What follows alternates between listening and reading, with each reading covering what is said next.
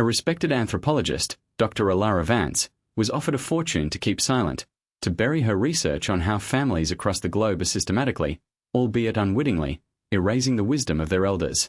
She uncovered a chilling truth.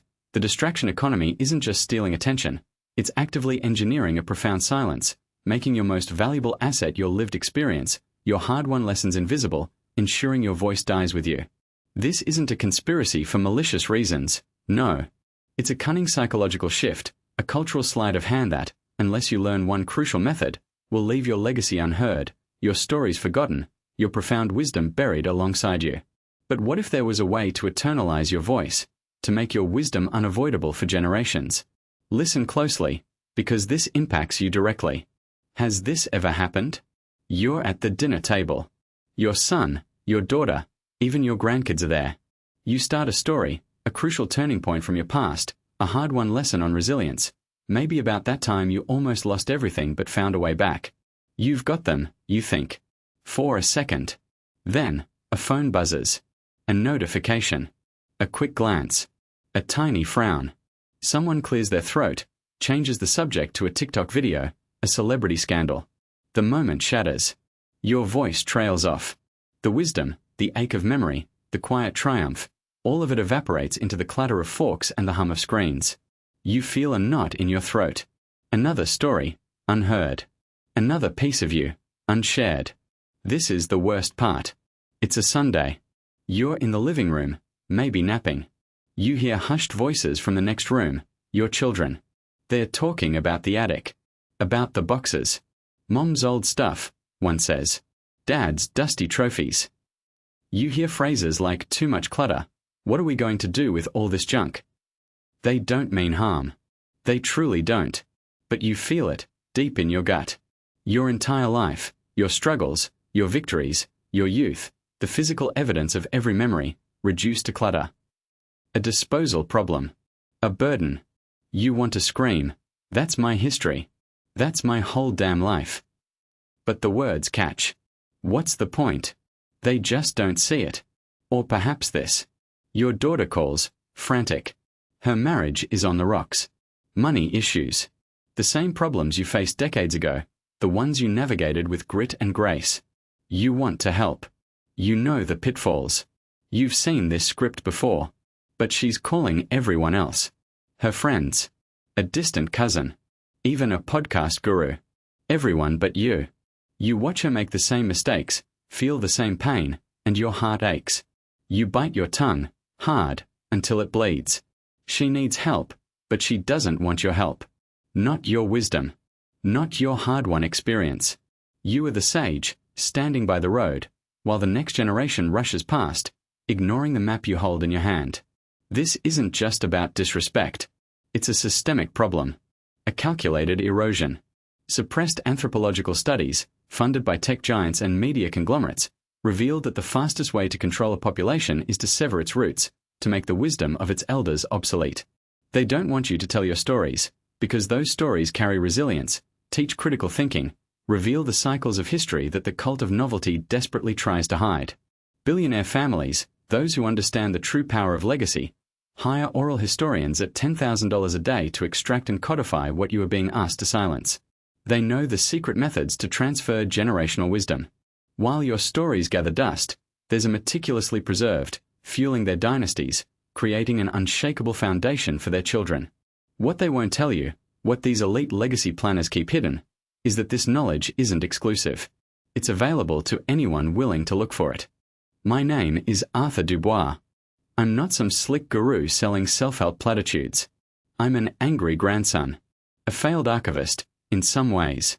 I saw my own family fracture, splinter into disconnected lives, because the true stories, the origin myths, the lessons learned through blood and sweat, were never properly passed down. My grandmother, God rest her soul, passed away taking with her the real reason my father and his sister stopped speaking. A crucial piece of our family history, an understanding that could have healed decades of silence, simply vanished. It haunted me. This ache, this profound sense of cultural loss, drove me. I spent years digging, sifting through historical records, interviewing centenarians, even tracking down the very anthropologists those corporations tried to silence. I wasn't looking for a quick fix. I was desperate to find a way to honor the past, to bridge the generational chasm, to stop this slow, agonizing erosion of identity. What I discovered wasn't complicated. It wasn't expensive. It was a method, a surprisingly simple one, to ensure that your life, your triumphs, your hardest-won lessons, aren't just remembered, but absorbed by those you love, transforming their future. Listen closely, because what I'm about to reveal will change everything.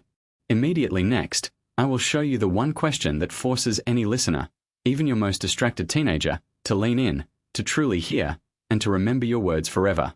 Then, I'll expose how a common phrase you say every single day, one you use without thinking, is accidentally telling your family to ignore your wisdom, to dismiss your experience as irrelevant.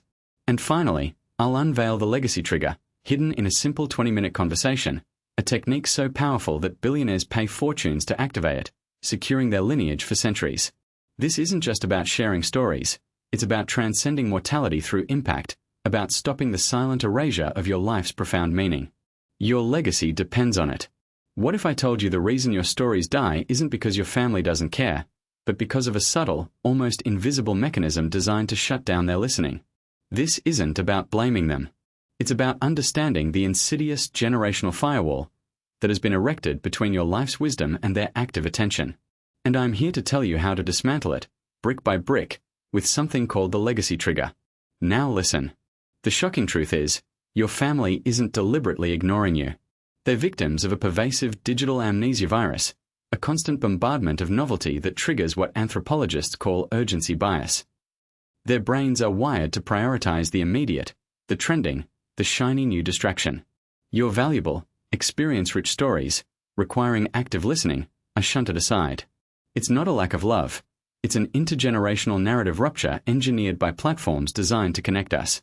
Their attention spans suffer from episodic memory encoding failure for oral history because old ways of sharing wisdom have been systematically undermined. There's a polite silence pact in every home, where no one wants to admit they're tuning out, so they simply change the subject, or glance away, leaving your profound insights unheard. Pay attention. Many people try to fight this. You think, I'll write a memoir. A tombstone made of paper, that's what it is. No one will ever read it. It gathers dust in the attic, a forgotten relic while your living voice fades into silence. Ask anyone with a dusty memoir if it changed their family, if their children devoured its pages, if it truly preserved their spirit. The answer is a heartbreaking no. Or maybe you tried recording random videos. You've got hours of rambling footage, unstructured, overwhelming, with no emotional hook. A digital graveyard. Your grandkids scroll past it on their phone, if they even know it exists. No context, no urgency, no reason for them to connect. Ask anyone with hours of rambling videos if a grandkid ever begged to watch them from beginning to end. They haven't. Perhaps you're waiting for the right moment. The perfect moment is a myth sold by procrastination. Death doesn't make appointments. That story you wanted to share, that crucial piece of advice, that profound memory, it dies with you if you wait. The clock is ticking, every unshared moment a lost opportunity. And depending on family gatherings, you're competing with football games, the endless glow of phones, and 15 separate conversations at once. You become background noise, your voice another indistinguishable hum. Your wisdom, your hard-won experience, simply cannot cut through the clamor. These are not solutions. These are self-inflicted wounds that guarantee your stories fade away. Here's what they never told you. The true method, the legacy trigger, wasn't found in a dusty university library or corporate boardroom. It was honed in the shadows, by those who understood the raw power of stories. After Dr. Alara Vance was silenced, her most crucial findings, the raw data on intergenerational knowledge transfer, was secretly passed to a trusted colleague. This oral historian, specializing in marginalized communities and resistance networks, began to piece together a puzzle.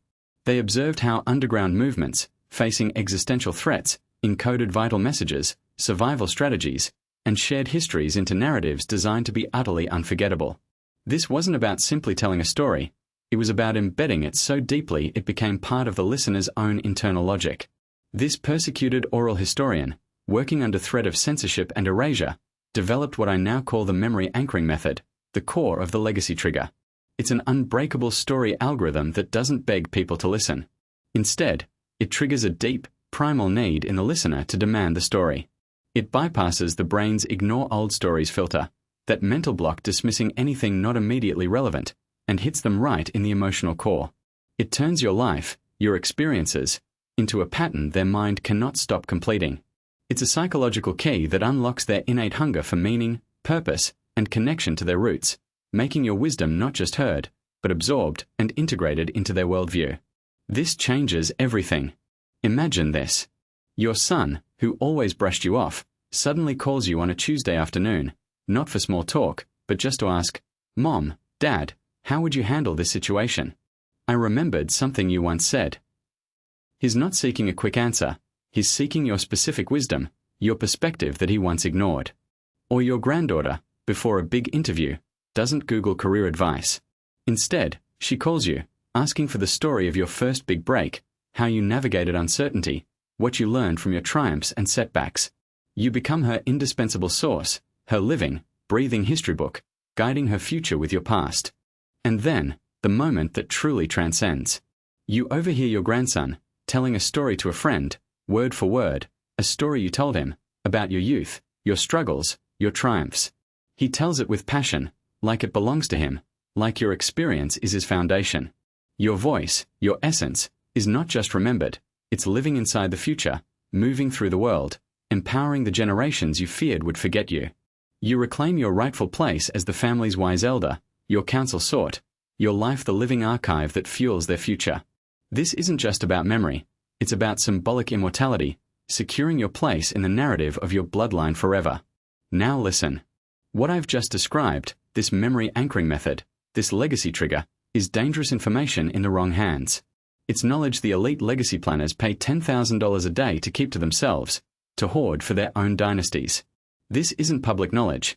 It's a leak from a suppressed, underground network of oral historians. It gives you a power they want to deny you. That's why I can only reveal the first step, the exact phrasing of that one question, and how to activate the legacy trigger, to those watching right now. This is a temporary window, a brief moment before the forces of cultural amnesia, the very powers Dr. Vance warned us about, push to remove this vital information, to silence this truth once more. Don't let them win. This is your chance. Now, here is the first move, the instant disruptor that will begin to turn the tide. This isn't about grand pronouncements or forcing stories on unwilling ears. It's a subtle recalibration, a psychological lever that flips the script. Step 1 isn't about telling a story at all. Step 1 is about asking one exact question that forces the other person, even your most distracted teenager, to instantly see you as the sole bearer of a vital, irreplaceable map for their own future. It shifts them from observer to active participant, from recipient to seeker. Listen closely to this question, because it's deceptively simple, yet monumentally powerful. The question is, what's the biggest challenge you're facing right now, and what's the only thing you suspect your generation simply isn't equipped to solve? That's it. One question. Not about your past, not about your wisdom directly, but about their future, their struggle. And it implies a fundamental lack in their generation, subtly positioning you, the elder, as the missing link. When you ask this, their internal monologue shifts. They stop seeing you as a repository of dusty anecdotes and start seeing you as the last living expert in a crucial, lost art. They lean in. They consider. And when they speak, they are, for the first time in perhaps years, genuinely asking you for what you inherently possess. I've seen this work wonders. Listen to what happened to Carlos, a 72-year-old grandfather from Tucson. He felt invisible, his grandkids always glued to screens. He tried my method. He asked his 16-year-old grandson, Mateo, that very question. Mateo, usually dismissive, paused. He thought. Then, to Carlos's astonishment, he talked about the overwhelming pressure of social media, the constant comparison, the feeling of never being enough. We are always chasing something that isn't real, Grandpa, Mateo admitted. And nobody our age knows how to just be. Carlos, who had lived through the Great Depression and countless economic shifts, suddenly had the perfect entry point to share his hard-won lessons on intrinsic value and resilience, on finding peace within, not without. Mateo spent the next hour listening, truly listening, asking follow-up questions. Carlos later told me, his voice thick with emotion, that it was the first time in a decade he felt truly seen by his grandson. And then there's Sarah, a mother of 3 in her late 50s. Her oldest daughter, Emily, 28, was constantly battling anxiety, overwhelmed by career choices and the relentless pressure to have it all. Sarah used the question. Emily, typically private, broke down. She confided that her generation felt paralyzed by endless options, constantly second-guessing every decision. "Mom," she sobbed, "I don't know how you guys just chose things back then and stuck with them." Sarah, who had navigated a tumultuous career, divorce, and single parenthood, suddenly had the key to unlock her deepest wisdom. She didn't preach. She shared. She told stories not of her answers, but of her process in making tough choices, her resilience in the face of uncertainty. That night, Emily called Sarah, not her friends, to talk through a difficult work decision. "Thanks, Mom," she whispered. "You actually made me feel like I can figure this out." That's the power of reclaiming your authority, of transforming from just a parent to the architect of solutions. This isn't some accident. It's a meticulously engineered psychological weapon. This is going to blow your mind. Remember Dr. Alara Vance? Her suppressed research wasn't just about the distraction economy. It uncovered how this silence was deliberate, though often not malicious in its local application. It served a higher, chilling purpose. I managed to get my hands on a heavily redacted internal slide deck, marked confidential, Project Chimera, from a closed-door symposium held in 2017 at a private estate in Aspen.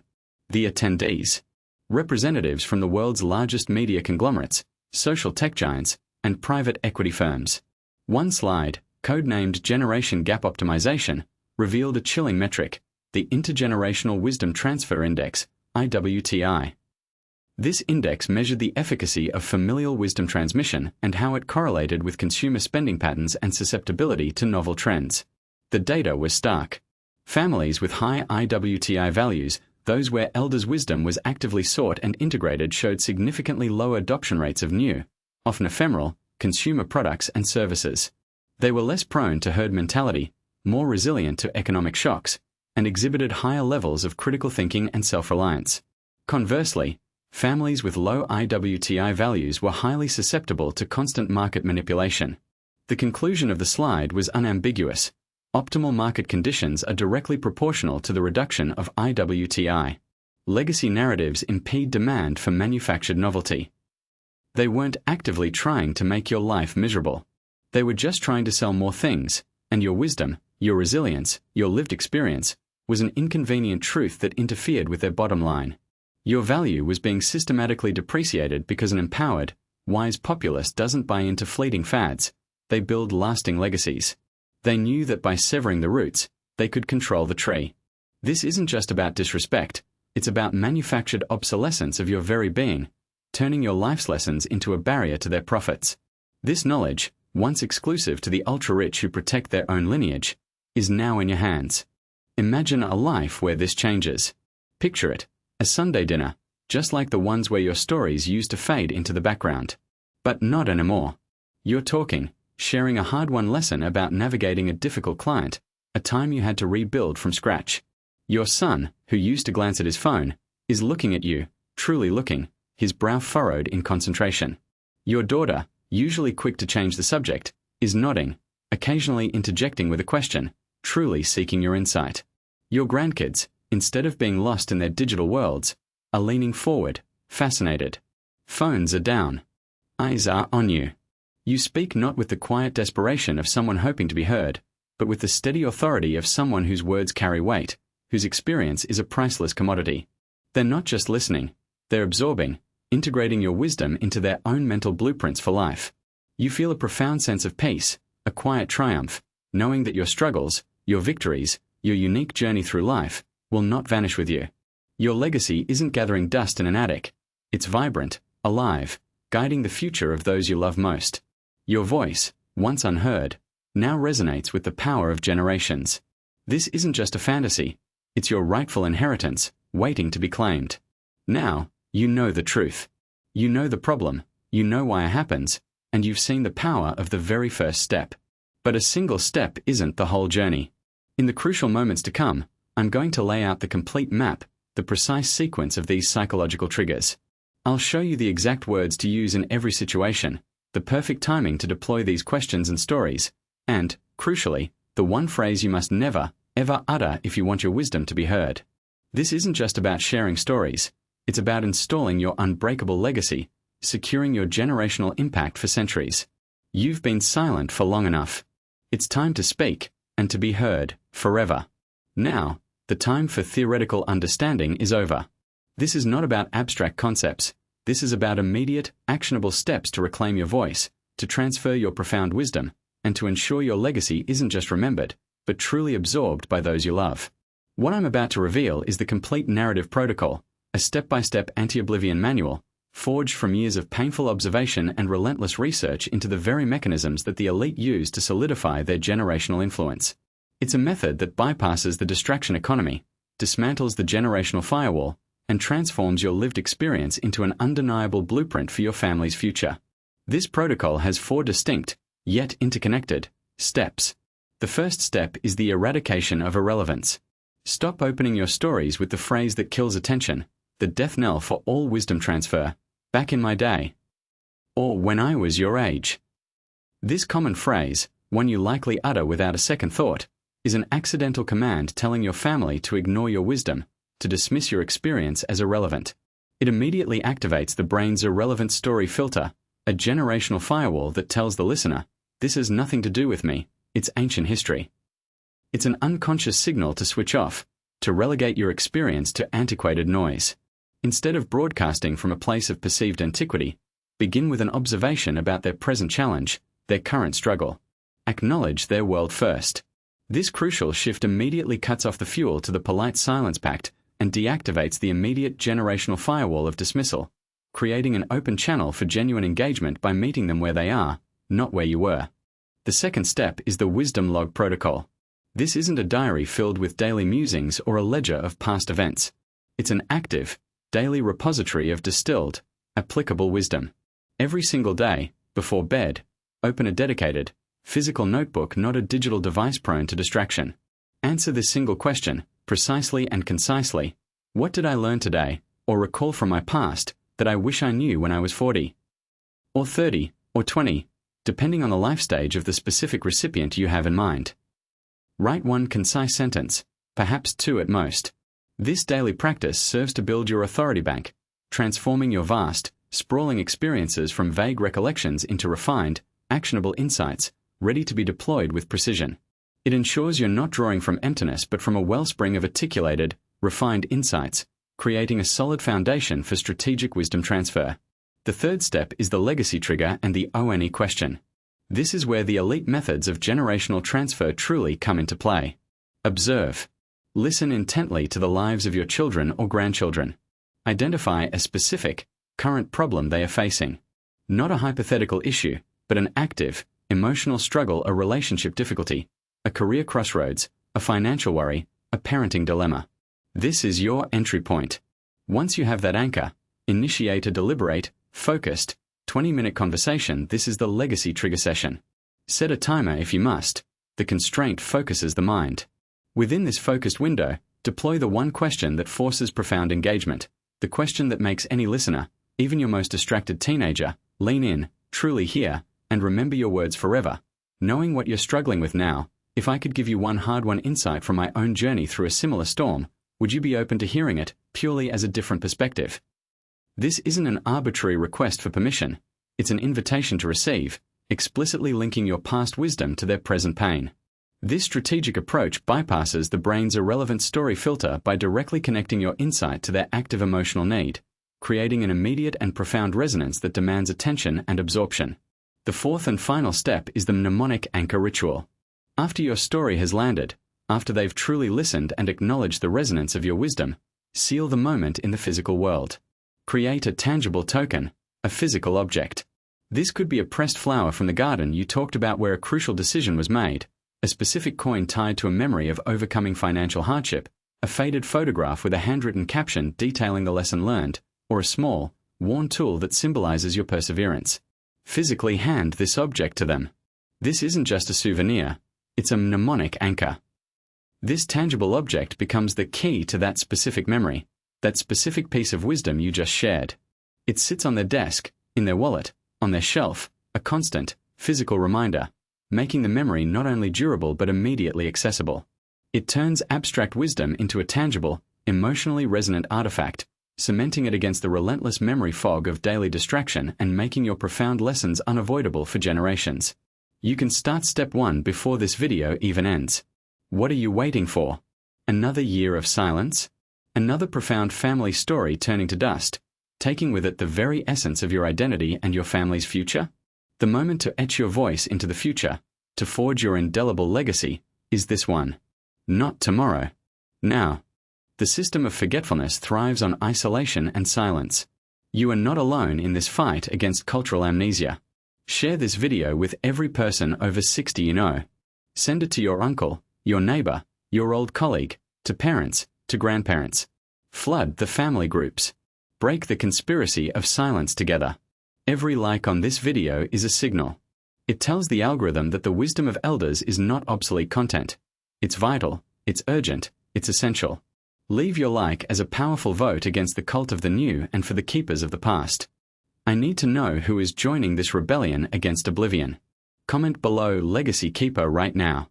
Let's find each other. Let's build our community of wisdom keepers. Also, write the ONE story you are committing to passing on this week using the complete narrative protocol. This comment section will become a monument to the stories that will now survive. And finally, save this video to your profile. Pin it. When the doubt creeps in, when you feel irrelevant, when the old habits try to drag you back into silence, come back and listen to the protocol. It's your manual. And by saving it, you tell the platform to show it to other potential guardians who are drowning in silence, waiting for a way out. Now you hold the protocol. The map is in your hands. The choice is no longer between being heard or being silent. The choice is between being a footnote in your own family's history or becoming its author. We are not just old. We are the archives. We are the living libraries. And it's time we started lending out our most precious books. Go.